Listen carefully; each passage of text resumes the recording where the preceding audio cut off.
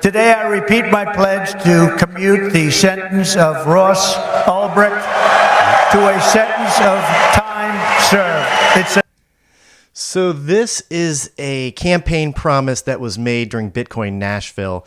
And, a lot of people were like, oh, that's just rhetoric. It's just him talking. Trump doesn't typically say things that he's not going to do or mean. So what happened with this? Today. In a post on his Truth Social or website. Yesterday, I should say. He commuted the sentence of Ross Ulbricht. So promise made, promise kept.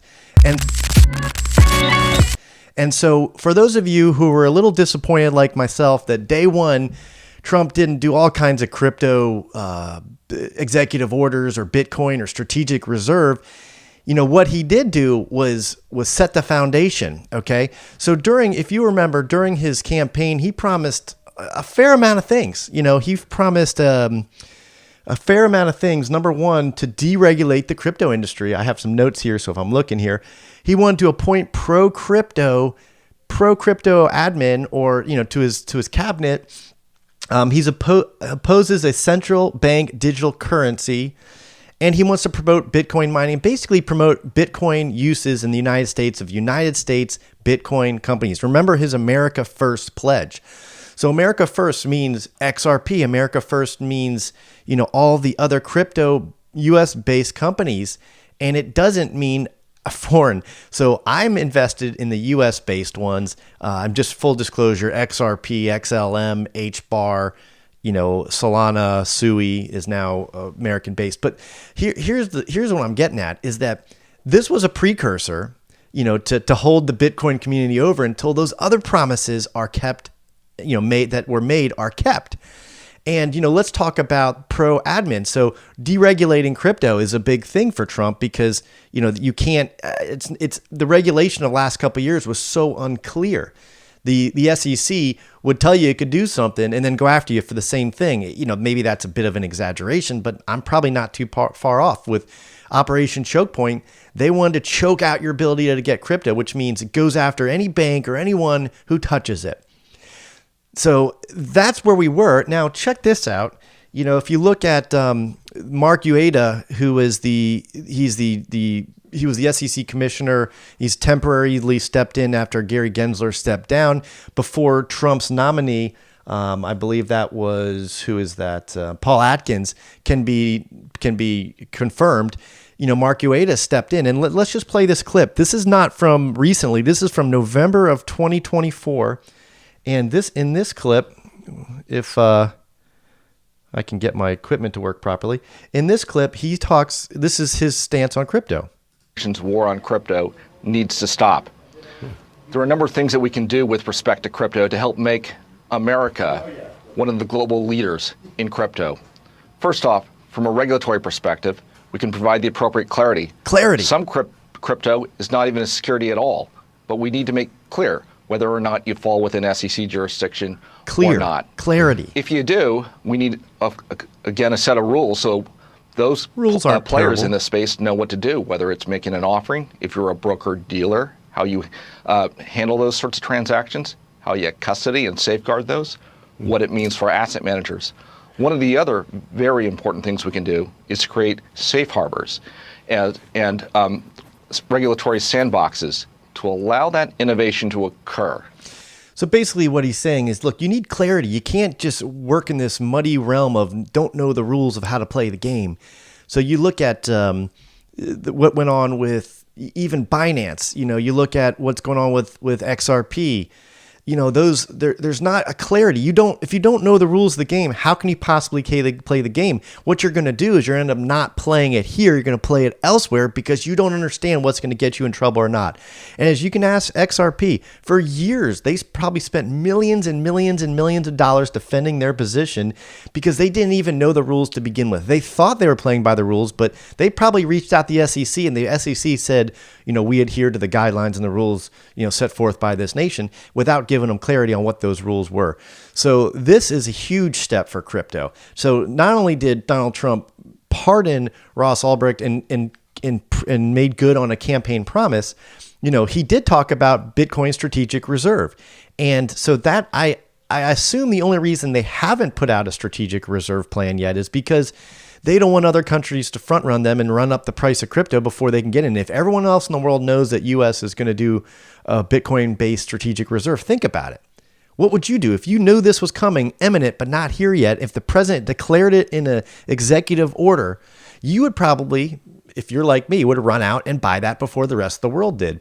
But the rest of the world's got their finger on the buy button, ready to go. The second that gets done, that's my opinion. This is not financial advice. I'm not your financial advisor. I'm just purely sharing all the crazy thoughts that are in my head. I'm putting them out here for you to do with what you please. But don't blame me if you don't act on what I'm saying, and don't blame me if you do something wrong based on something dumb that I said, because I'm not here to be over your shoulder. So going back, there's a lot of opportunity in this market. And while we didn't get all those fuzzy, warm, feeling good news, crypto-based executive orders on day one, first the country's trying to shore up its borders, protect itself from enemies, foreign and domestic. And so that's a worthy cause. I do believe that we are in for a golden age of crypto. I think it's going to be something that we just don't understand or don't know what's to come, because it's totally new realm. Never has this country been pro-crypto. Never has the government or the administration been pro-crypto. Never have they used it in so many different ways to really and explored it in a ways that really makes sense for financial purposes. I'm talking about on a global scale. So what we're about to see is unprecedented. So crypto cycles, this and that, I still think they're relevant. I still think that we are in a bull market, and I do think there's an end date to that bull market to a degree. Like all markets, no market has been a bull market for history. All markets have ups and downs. And so every time, there's a party, there's a hangover. And so, well, not for me, but every time there's a party, there's a hangover. And, we're at the party right now. It's still early in the party, in my opinion. But, I still think we have an altcoin season. I still think we have more room to run on Bitcoin. But I do think that XRP, things like XRP and real use crypto certainly have a future. Is it XRP? I don't know, but that's what everyone's pointing to. Bank of America has been testing it allegedly. There's a lot of other banks that might use it. So as a transfer of funds or as a means to conduct transactions, think about it. Banks make money on fees. They didn't like crypto for years because it eroded their ability to make fees. If I'm moving money from here to there using a bank, it's time consuming. It takes a lot of time, and it costs a fair amount of money. If I can do that cheaply over here, well, I'm going to bypass the bank, send my money through crypto, and the banks don't get to get any of that. And they realized this, so they've probably been pushing for this, in my opinion, because they know it's coming. And if they don't adopt it, you will either adopt or die when things move. If in the turn of the 19th century, 20th century, if you're still making horse and buggy whips and refuse to change, you're going out of business real quick. And that's where we are. The banks realize that this crypto, either adopt it or die. So if some of these executive orders have to do with bank custodying crypto, you're going to see a major investment by the banks, which they're already doing, by the way, back into crypto. And if that's the case, if your bank will let you custody your crypto, well, think about it.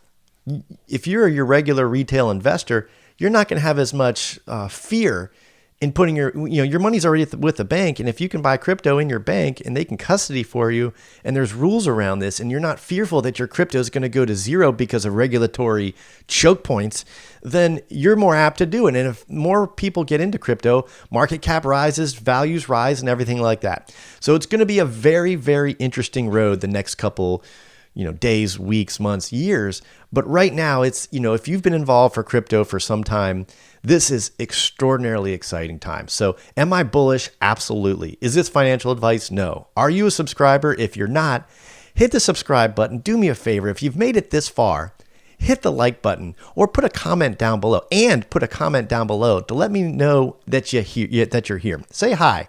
Give me a hard time. I don't care. Just do something down below in the comments. Thank you. I will see you next time.